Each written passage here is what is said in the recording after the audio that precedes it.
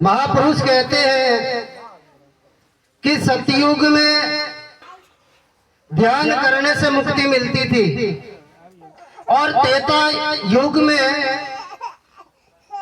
यज्ञ करने से मुक्ति मिलती थी और द्वापर युग में पूजा अर्चना से मुक्ति मिलती थी। वह इस कलयुग में मात्र हरि कीर्तन से मुक्ति मिलती है भाई।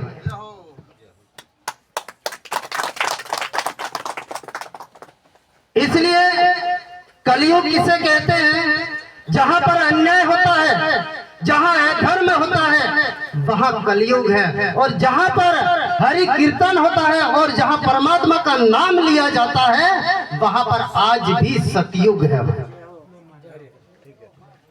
जिसके लिए हमें सबसे पहले तो गुरु महाराज के चरणों में जाना पड़ेगा और गुरु महाराज के बिना हम जितना भी पुण्य कर देंगे ना, वो सब निष्फल है।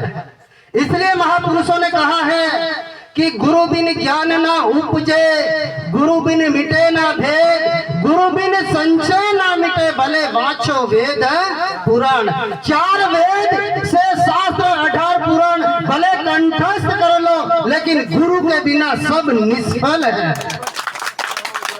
इसलिए हमारे जीवन में गुरु होना आवश्यक है भाइयों। अरे भगवान श्री राम थे और वह भगवान थे, फिर भी उन्होंने देह धारण किया था, इसलिए इस भवसागर से तर नहीं सकते थे। इसलिए भगवान श्री राम भी महर्षि विश्वामित्र के चरणों में चले गए थे। और कृष्ण भगवान थे, वह भी सांदीपनि के आश्रम में चले गए, क्योंकि उन्होंने देह धारण किया था। इसलिए गुरु के बिना सब निष्फल है और गुरु महाराज के चरणों में जाकर गुरु जैसा कहे वैसा करना पड़ेगा। और गुरु महाराज के ऊपर हमें पूरा भरोसा होना चाहिए, तो ही इस भवसागर से हम पार हो सकते हैं। इसलिए एक भजन में कहा है कि गुरु ने पूरा जोने, गुरु ने हासा जोन, ये करे पलक में करे बेड़ा पार, करे बेड़ा पार, करे बेड़ा पार। गुरु ने पूरा जोन, गुरु ने हासा जोन, ये करे पलक में करे बेड़ा पार। यानी गुरु महाराज को, और गुरु महाराज को हमने पूरा समझा, गुरु महाराज के ऊपर भरोसा रखा, तो इस भवसागर से पार होते टाइम नहीं लगेगा भाई। एक व्यक्ति लंका में उदास बैठा था, तो विभीषण ने पूछा कि भाई कि आप उदास क्यों बैठे हो? तो उस व्यक्ति ने कहा कि भाई कि मुझे ये समुद्र पार करना है, पर मेरे पास ना तो पैसे हैं और ना मेरे पास में नाव है, इसलिए मैं उदास हूं। तो विभीषण ने कहा देख भाई, आपको एक मैं धोती के पल्ले में एक छोटा सा मंत्र बांध के देता हूं, जिससे आप पानी के अंदर डूबोगे नहीं, ऊपर ऊपर चलते जाओगे। उस व्यक्ति ने कहा कि वाह ठीक है भाई। तो उसने, विभीषण ने तुलसी के पत्ते के ऊपर 2 अक्षर लिखे राम, 2 अक्षर लिखे और उसके धोती के पल्ले में बांध दिया। और उस व्यक्ति को कहा कि जा भाई, आप समुद्र में डूबोगे नहीं, ऊपर ऊपर चलते जाओगे। तो वह उस मंत्र के ऊपर भरोसा रखकर, उस मंत्र के ऊपर विश्वास रखकर वह पानी में उतरा, और जैसे ही पानी में उतरा तो ऊपर ऊपर ऊपर ऊपर ऊपर चलने लगा। और जैसे ही वह समुद्र के बीच में गया और उसने विचार किया, अरे भाई के विभीषण ने ऐसा कौन सा मंत्र बांधा है जिससे मैं पानी के अंदर डूबता नहीं हूँ, पानी के ऊपर ऊपर चलता हूँ, जरा खोल कर देखना चाहिए ना। तो जैसे ही वह धोती के पल्ले से वह मंत्र खोला और उसने देखा और पढ़ा, और पढ़ते उसने कहा अरे ये तो एक राम का छोटा सा नाम है, इससे मैं ये ऊपर ऊपर चलता जा रहा हूँ। ऐसी जो श्रद्धा थी वो अंधश्रद्धा में बदल गई और उस समुद्र में डूबकर स्वाहा हो गया। इसलिए गुरु महाराज के मंत्र के ऊपर, गुरु महाराज के वचन के ऊपर पूरा भरोसा ही इस भवसागर से पार हो सकोगे भाई।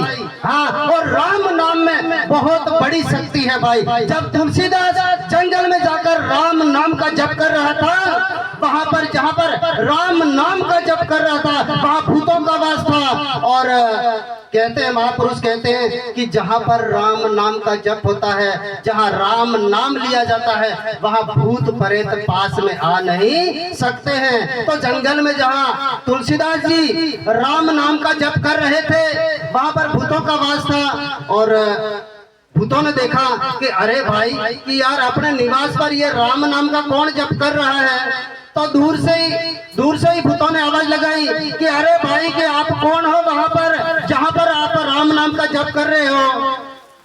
तो तुलसी ने बोला कि यार कि मैं हूँ और मैं यहाँ पर राम नाम का जप कर रहा हूँ। अरे आप जहाँ पर राम नाम का जप कर रहे हो वहां पर तो हमारा वास है। तो तुलसी ने कहा कि भाई आप कौन हो। तो उसने कहा कि हम तो भूत हैं। अरे भाई आपका वास हो तो आ जाओ। तब उस भूतों ने कहा कि जहां पर राम नाम का जप होता है वहां पर हम आ नहीं सकते हैं, और अगर आ भी जाएं तो हम जलकर भस्म हो जाते हैं। इतनी बड़ी शक्ति है, इतनी बड़ी ताकत है राम के नाम में। इसलिए नाम कौन सा, महापुरुषों ने कहा है कि कोटिक नाम संसार में ताते मुक्ति ना होए, आदि नाम गुप्त है जाने विरला कोई भाई। भाई ये जो घाट है इस घाट का नाम है, लेकिन महापुरुषों ने इसको मना किया है कि आदि नाम तो गुप्त है। और उस आदि नाम के गुप्त को ये जो महापुरुष बैठे हैं ना, ये महापुरुष ही उस नाम की परख करवाते हैं भाई। हाँ, इसलिए उस नाम की परख करके हमें इस भवसागर से पार होना है और इन महापुरुषों के चरणों में जाकर अपने मन को पवित्र करना है। और हम सत्संग में आए हैं तो अपने दिल को पवित्र करने के लिए आए हैं, अपने मन को पवित्र करने के लिए आए हैं। और जो हम गुरु महाराज धारण करते हैं, गुरु दीक्षा लेते हैं, वो मन को ही समझाने के लिए हम गुरु महाराज के चरणों में जाते हैं और गुरु दीक्षा लेते हैं। एक सुदामा था और सुदामा सादीपनी के आश्रम में जा रहा था, तो उसको रास्ते में कृष्ण भगवान मिल गए। और कृष्ण भगवान मिल गए तो कृष्ण ने कहा कि अरे सुदामा कहाँ जा रहे हो। सुदामा ने कहा कि मैं तो यार गुरु दीक्षा लेने जा रहा हूँ सादीपनी के आश्रम में। उसने कृष्ण भगवान ने कहा अरे कि सुदामा आ जाओ, मैं भी वही जा रहा हूँ सादीपनी के आश्रम में। उस आज से अपन दोनों मित्र बनते। सुदामा ने मना कर दिया कि नहीं कृष्ण, नहीं कि मैं आप तो राजा के बेटे हो, मैं आपके साथ में मित्रता नहीं कर सकता हूँ। उसने कहा अरे भाई आजा ने मैं भी आश्रम में ही जा रहा हूँ, सादीपनी के आश्रम में जाता हूँ, आजा अपन दोनों आज से मित्र बनते हैं। फिर भी मना कर दिया सुदामा ने कि आप तो राजा के बेटे हो। अरे ऊंची भाई बराबरी की, आजकल तो दोस्ती भी बराबर की होती है। जो ब्राह्मण होता है वो ब्राह्मण से दोस्ती करता है, राजा होता है वो राजाओं से दोस्ती करता है, ऊंची जात का होता है वह ऊंची जात से दोस्ती करता है, नीची जात का होता है वह नीची जात से दोस्ती करता है।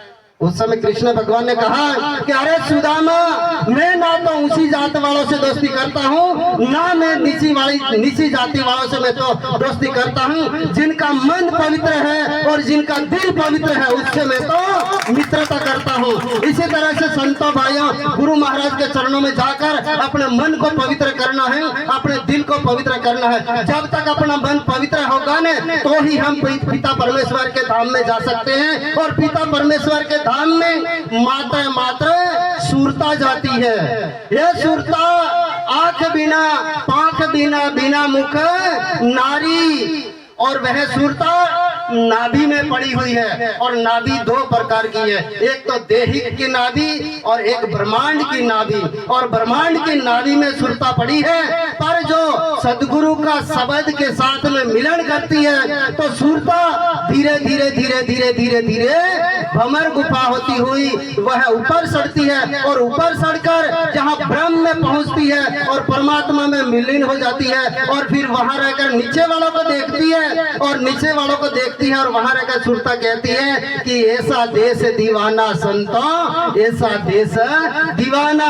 पर सुरता वहां जाकर पहुंचती है, तब जाकर ये नीचे वालों को कहता है कि आप भी आ जाओ, यहाँ पर तो ऐसा देश दीवाना है। इसलिए वह सुरता परमात्मा में लीन हो जाती है, तो वहां पर मौज मजे करती है। और परमात्मा अखंड अविनाशी, जन्मता नहीं, मरता नहीं, ऐसा परमात्मा है। और वही परमात्मा हमारे अंदर भी वही एक ही परमात्मा है। मणिराम बाबू जी ने पहले ही खुलासा कर चुका है, और कबीर साहब ने भी कहा है कि कबीर कुआ एक है, पनियारी अनेक, बर्तन सब न्यारे न्यारे, सब में पानी एक है। ये बेटे हैं न, ये सब बर्तन है, पर इसके अंदर जो परम तत्व है वह तो एक ही है। उस परम तत्व की परख करने के लिए हम सभी यहाँ पर आए हैं, और वो इस परम तत्व हमारे अंदर विराजमान है। इतना कहकर मैं अपनी वाणी को विराम देता हूँ। बोले सतगुरुदेव की।